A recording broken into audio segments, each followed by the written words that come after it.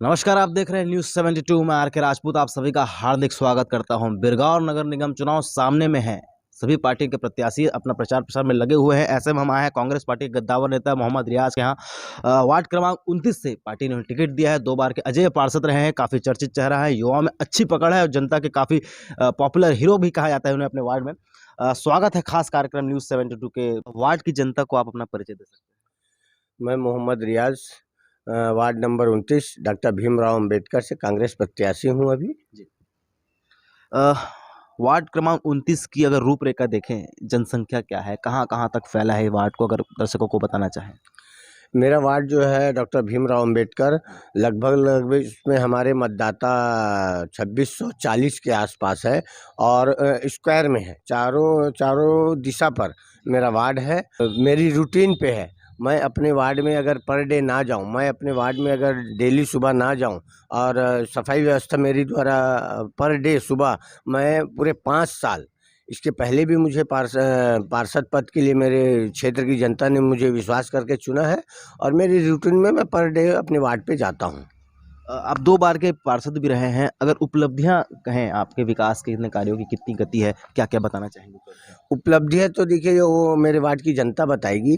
मैंने अपना काम किया है और एक वार्ड के जनता को, हम क्षेत्र की पब्लिक को सुविधा के रूप में रोड, नाली, पानी, बिजली की आवश्यकता होती है, वो काम मैंने पूरा किया है। चुनाव जीतने के उपरांत क्या कुछ नया देखने को मिलेगा इस बार वार्ड की जनता को? क्योंकि इस बार का चुनाव काफ़ी महत्वपूर्ण रहेगा।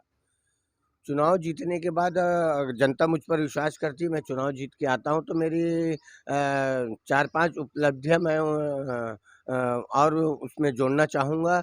जैसे कि छत्तीसगढ़ महतारी मेरे वार्ड में हमारे यहाँ कुआँपार बस्ती है। वहाँ पर मैं छत्तीसगढ़ महतारी की स्थापना करना चाहूँगा। उसके बाद हर घर पर एक वृक्ष लगाने का मैं अपने क्षेत्र की जनता से निवेदन करूँगा। बहुत बढ़िया सोच है ये। बात करते हैं पूर्व महापौर के बारे में। कांग्रेस सरकार सत्ता में नहीं थी, भाजपा की सरकार सत्ता में थी। ऐसे में अंबिका यादव यहाँ की महापौर बनी। उनके कार्यकाल को आप अपने नज़रिए से कैसे देखते हैं? किस प्रकार का रहा उनका 5 साल कार्यकाल? हमारी पूर्व में महापौर अंबिका यदु थी। जिस प्रकार से उन्होंने कार्य करके गया है, वो हमारे लिए, हमारे कांग्रेस पार्टी के लिए बहुत अच्छा कार्य किया है, क्योंकि वो अपने दरवाजे से निकली ही नहीं है। ना अपने निगम में आती थी। निगम में महीने में एक बार महापौर है या इस क्षेत्र की, निगम में महापौर आती थी। आधा घंटा, ज़्यादा से ज़्यादा मुझे लगता है आधा घंटा समय देती थी। आपको एक चीज़ बताना चाहूँगा मैं, पूरे हिंदुस्तान में या फिर पूरे वर्ल्ड में पहला ऐसा नगर निगम होगा जो 13 वार्ड का होगा। क्योंकि महापौर सिर्फ़ और सिर्फ़ 13 वार्ड में काम करती थी, जहाँ उसके बीजेपी के पार्षद थे। महापौर निधि से अगर बोर कराना है तो 13 वार्डों में ही करती थी। महापौर निधि से अगर रोड नाली की व्यवस्था करना है, सीसी सड़क या ड्रेन की व्यवस्था करना है, तो वो सिर्फ़ 13 वार्डों में ही करती थी। वो सिर्फ़ अपने पार्षदों को लेके चलती थी। जबकि हमारा वार्ड 40 वार्ड का है। क्षेत्रफल काफ़ी बड़ा है। उसके बाद भी वो दूसरे पार्षदों की उपेक्षा करते रही है और दूसरे पार्षदों की तरफ ध्यान नहीं दिया है, ना कांग्रेस के वार्ड के पार्षदों में काम करी है। अ, बड़े नेताओं की बात करें तो माननीय मुख्यमंत्री भूपेश बघेल जी, विधायक सत्यनारायण शर्मा जी, ग्रामीण के राजा जी, सभी का योगदान इस क्षेत्र में बहुत काफ़ी अहम रहा है। क्या देखते हैं सरकार की इस 3 साल के कार्यकाल को? बिरगाँव में कितना असर पड़ेगा उनके कार्यकाल का? देखिए, सबसे पहले मैं ये बताना चाहूँगा, इससे पहले बीजेपी के 15 साल में बीजेपी के शासनकाल रही है। रमन सिंह जी यहाँ के मुख्यमंत्री रहे हैं, लेकिन हमारे यहाँ छठ पूजा भव्य तरीके से मनाया जाता है, क्योंकि हमारे यहाँ इंडस्ट्रियल एरिया होने के कारण बहुत सारे, कम से कम मुझे लगता है 60% हमारे बिहार और यूपी के लोग यहाँ रहते हैं। और छठ पूजा को हम लोग बहुत ही धूमधाम से यहाँ पर मनाते हैं। हमारे यहाँ व्यास तालाब है, बहुत ही पुरानी, लगभग 100 साल पुरानी व्यास तालाब है। उसमें छठ पूजा का आयोजन हर साल होता है। तो हम, जब से हमारी कांग्रेस की सरकार आई है, बघेल जी हमारे सीएम बने हैं, तो अ, पिछले छठ पूजा में हम लोगों ने न्योता दिया। पिछले छठ पूजा में वे आए और मुझे लगता है कि देश का पहला छत्तीसगढ़ है छत्तीसगढ़ हमारा जो राज्य है, देश का पहला राज्य है जिसमें छठ पूजा में राज्य छुट्टी की घोषणा की हमारे सीएम भूपेश बघेल ने। कोविड के समय हमें एक जानकारी प्राप्त हुई थी कि जिस प्रकार लॉकडाउन था, कोविड का कहर लोगों पे टूट रहा था, ऐसे में आपकी भूमिका बहुत ही काफ़ी सक्रिय रही थी। ये जनता से हमें सुनने को मिला था। क्या कहना चाहेंगे आप इस पे? जैसा कि आप जानते हैं और पूरी दुनिया जानती है, कोरोना एक महामारी के रूप में आया हुआ था। इससे पूरे हमारे देश में जिस प्रकार से लोगों को कोविड हो रहा था, जिस प्रकार से लोग परेशान थे, आप गुजरात का हाल देख लो, चाहे महाराष्ट्र की हाल देख लो, लोग वहाँ इतने दूर दूर से पैदल आए अपने-अपने घरों पे।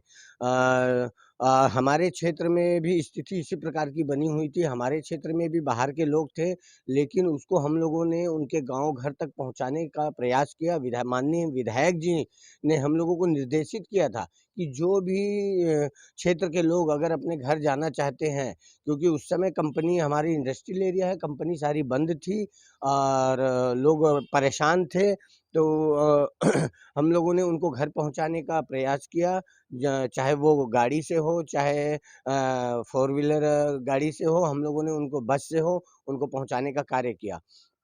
क्षेत्र में मैं स्वयं खुद स्थिति को देखते हुए, स्थिति को भाँपते हुए मैं खुद अपने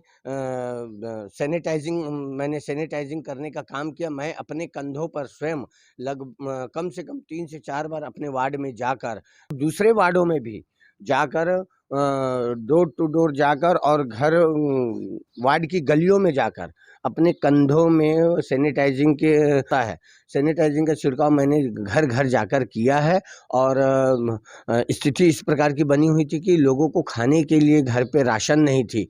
लगभग विधायक जी के निर्देश पर हम लोगों ने लगभग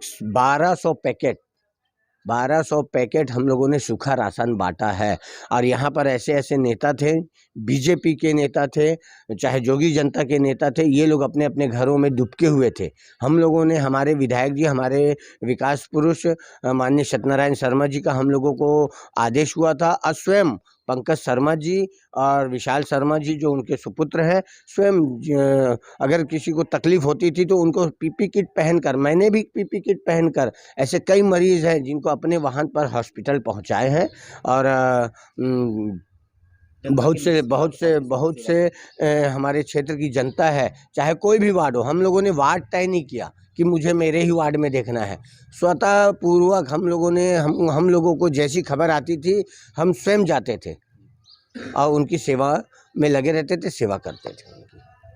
अंत में एक सवाल रहेगा, वार्ड की जनता से क्या अपील करना चाहेंगे? अंत में क्या कहना मैं मेरे क्षेत्र की जनता से यही अपील करना चाहूँगा कि मेरे जो 10 साल के कार्यकाल को उन्होंने देखा है, उस पर मुझे वोट करें, मेरे काम पर वोट करें और जिस प्रकार हमारे क्षेत्र के विधायक श्री सत्यनारायण शर्मा जी यहाँ पर विकास पुरुष के नाम से जाने जाते हैं और उन्होंने जब से हमारी सरकार आई है, हमारे यहाँ सबसे पहले युवाओं की समस्या थी, हमारी बहनों की समस्या थी कि हम लोगों को कॉलेज के लिए रायपुर जाना पड़ता था। यहाँ कॉलेज का कार्य प्रारंभ हो रहा चल रहा है। उसके बाद युवाओं की, हमारे जो युवा लड़के क्रिकेट, फुटबॉल इत्यादि खेलते थे, यहाँ पर खेलने के लिए एक भी जगह नहीं था। अभी 1 करोड़ 10 लाख का स्टेडियम का निर्माण होने जा रहा है। अस्पताल का कार्य लगभग प्रारंभ की ओर है और बहुत सारे कार्यों को जो हमारे यहाँ मांगलिक भवन की मांग थी, 3.5 करोड़ की उरपुरा में मांगलिक भवन का भी, क्योंकि हम लोगों को शादी के लिए, हमारे क्षेत्र की जनता को शादी के लिए शहर की ओर भागना पड़ता था, वहाँ भवन बुक कराने पड़ते थे। आज 3.5 करोड़ के उरपुरा में मांगलिक भवन निर्माण होने जा रहा है। ये हमारे विधायक जी की उपलब्धि है। हमारे विधायक जी इसी नाम से विकास पुरुष के नाम से जाने जाते हैं। चुनाव के इस दौर में आपने काफ़ी कीमती समय हमें दिया, उसका हम आभार व्यक्त करते हैं और आगे चुनाव के लिए हम आपको बहुत सारी ढेर सारी शुभकामनाएं देते हैं। अंत में और कुछ कहना चाहें तो कह सकते हैं आप? मैं सबसे पहले मेरे प्रिंट मीडिया और इलेक्ट्रॉनिक मीडिया को धन्यवाद देना चाहूँगा और आप जैसे मेरे संपादक बंधु लोग हैं, मेरे साथी हैं, मैं उनको बहुत-बहुत धन्यवाद देना चाहूँगा कि आपने मुझे कीमती वक़्त दिया। आपका भी आभार व्यक्त करते हैं, आगे के चुनाव के लिए शुभकामनाएं देता हूँ और आप सभी देखते रहिए न्यूज़ 72। कैमरामैन गोविंद के साथ रायपुर बिरगांव छत्तीसगढ़।